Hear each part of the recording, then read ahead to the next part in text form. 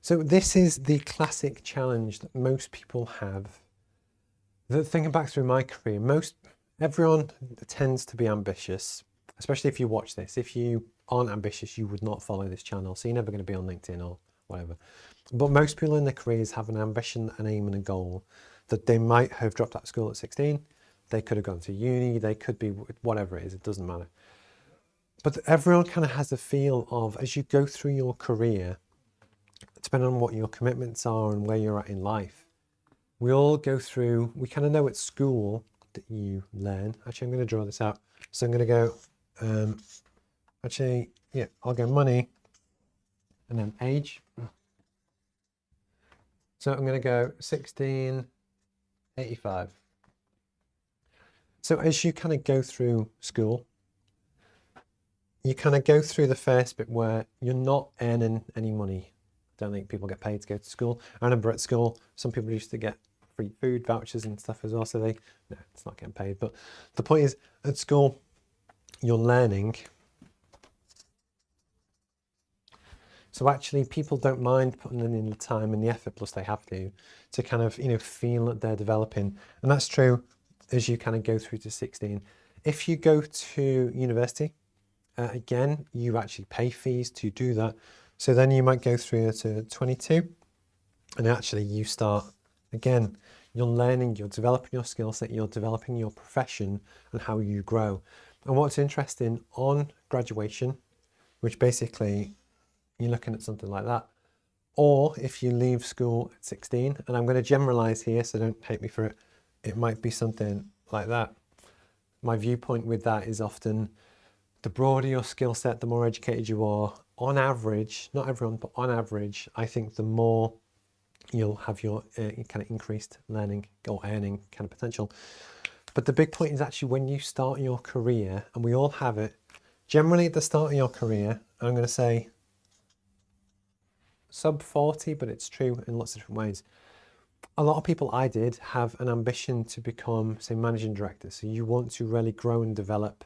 And actually, for me, it was like a personal goal status thing that I never thought I'd ever do it. So actually, I was really keen to kind of do. And what was interesting is that as I went through my career, there were different points where I actually agreed to take a lower salary if I got to learn the higher role, because it would allow me to climb the ladder. And what's really interesting is that in everyone's kind of job, you can either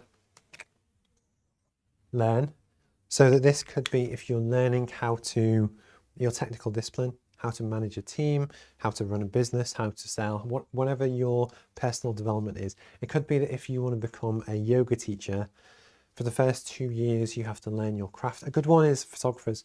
So photographers often have an assistant or an understudy that often joins a more experienced photographer to learn how to run a shoot in a studio, whichever.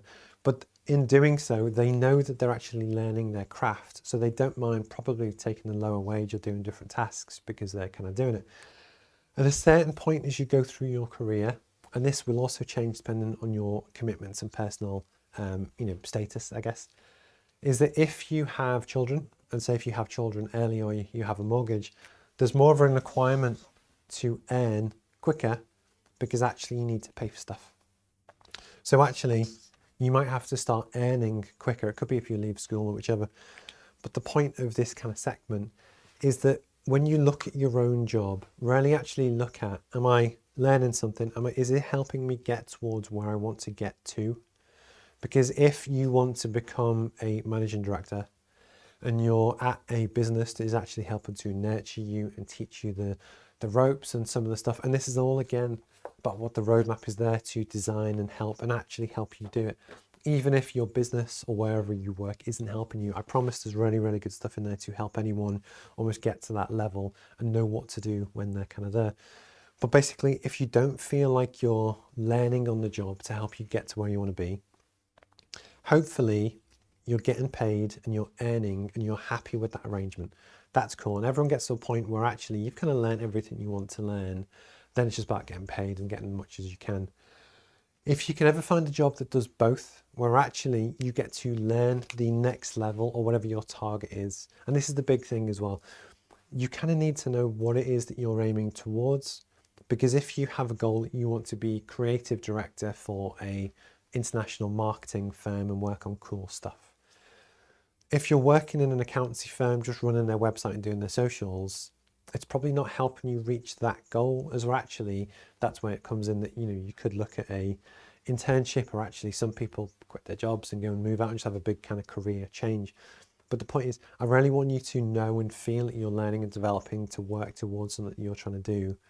Or if you're not and you're already there, it's all about the money. The perfect job actually provides both, where you can learn the craft and get paid. And when I say get paid, obviously everyone gets paid, but the point is it's get something that you feel that you're kind of worth.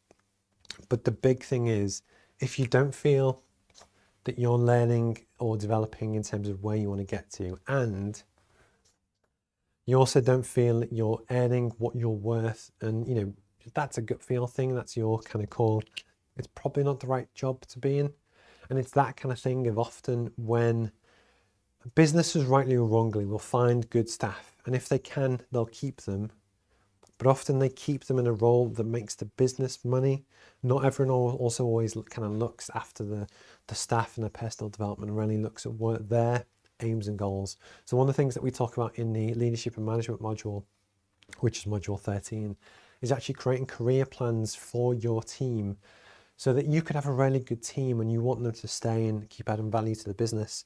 So what you have to do is understand what is it they're trying to do, and then actually look at how can we actually give them the chance to learn the skills and the stuff that they want for their job. That doesn't actually cost the business any money, but the staff are going to stay and feel valued and wanted because you're giving them something that they want as they go through their career kind of path. And it's that kind of thing. But likewise, I've been there as well. If you're ever in an employer that you just don't feel that they've got your best interests at heart, they don't give a shit about you or what you want to do, and they're probably not paying you very well, I would actually start looking around to what could be a better fit to help you get close to where you want to be. So just basically, yeah, it's the whole concept of when to learn, when to earn, and actually just kind of talking that through. But if you've got any questions, please drop them in the chat. And then likewise, if you see this on YouTube, you know, on this channel, we talk about a lot of business entrepreneurship stuff. So actually, please feel free to like and subscribe. And we do this kind of multiple times a week.